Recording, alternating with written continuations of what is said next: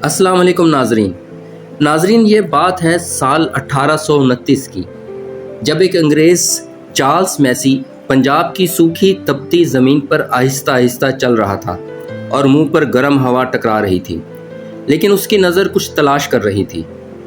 उसने अपनी पहचान गांव वालों से छुपाई थी। दरअसल वो ईस्ट इंडिया कंपनी का सिपाही था।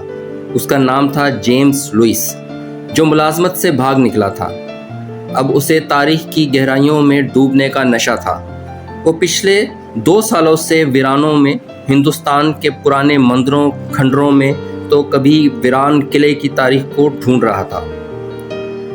और इसी तरह एक दिन वो पंजाब के एक इलाके से गुजर रहा था। उसकी नज़र एक ऐसे टीले पर पड़ी जो ज़मीन से कुछ ऊंचा था, और उसकी बाक़ियात भी थी, जैसे तारीख कुछ राज बताना चाहती हो। जेम्स इस ज़मीन पर अपने घुटनों के बल बैठ गया। उसने कपड़े की मदद से ज़मीन को साफ़ करना शुरू किया, जैसे ज़मीन से हम कलाम होने लगा हो। उसे एक ईंट नज़र आई, लेकिन ये ईंट कुछ मुख्तलिफ थी, जैसे किसी मशीन से खूबसूरती से बनाई गई हो। उसने ज़मीन को मज़ीद खोदना शुरू किया। नाज़रीन, ज़मीन में से दीवारें नमूदार होना शुरू हुई, जैसे एक कमरा किसी ज़माने में रहा हो। फिर एक पत्थर की सिल नज़र आई और उस पर नक्शो नगार नज़र आने लगे। वो नक्श था एक जानवर का, जिसके सर पर एक सींग था। जेम्स ये देखकर हैरान हो गया और उसकी ज़ुबान से एक लफ्ज़ निकला, वो था यूनिकॉर्न। लेकिन यूनिकॉर्न बस एक तख़यलाती जानवर है। उस पत्थर की तख्ती को और साफ़ किया और उसे एक ज़बान लिखी हुई नज़र आई, जो कि तारीख़ में गुम हो चुकी हो। उसने अपने बस्ते से कागज़ निकाला और लिखना शुरू किया कि आज मैंने अपने हाथों से ऐसा महसूस किया है जो शायद पूरी तारीख़ इंसानी की जान थी।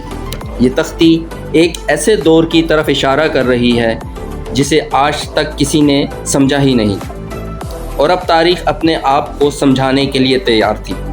जेम्स ने अब वहीं अपना मस्कन बना लिया और हर दिन सुबह की पहली किरण के साथ काम करना शुरू कर दिया, और शाम होने तक कुछ न कुछ नया समझने को मिलता। आहिस्ता आहिस्ता एक शहर सामने आने लगा।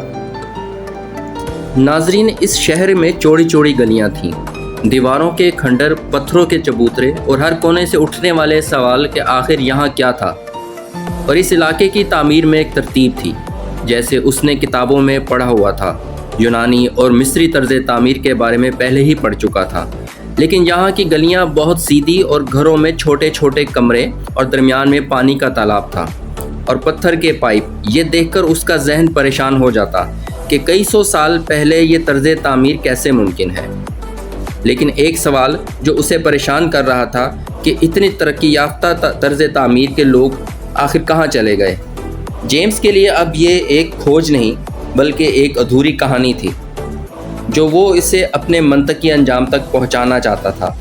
सूरज की हर पहली किरण इन खंडरों पर पड़ती तो शहर की असल शक्ल सामने आने लगती। हर घर की ईंट एक जैसी थी। उसने देखा कि हर घर के नीचे पानी का एक निज़ाम था, यानी हर घर से पानी गुजरकर बाहर पत्थरों की नालियों में चला जाता था।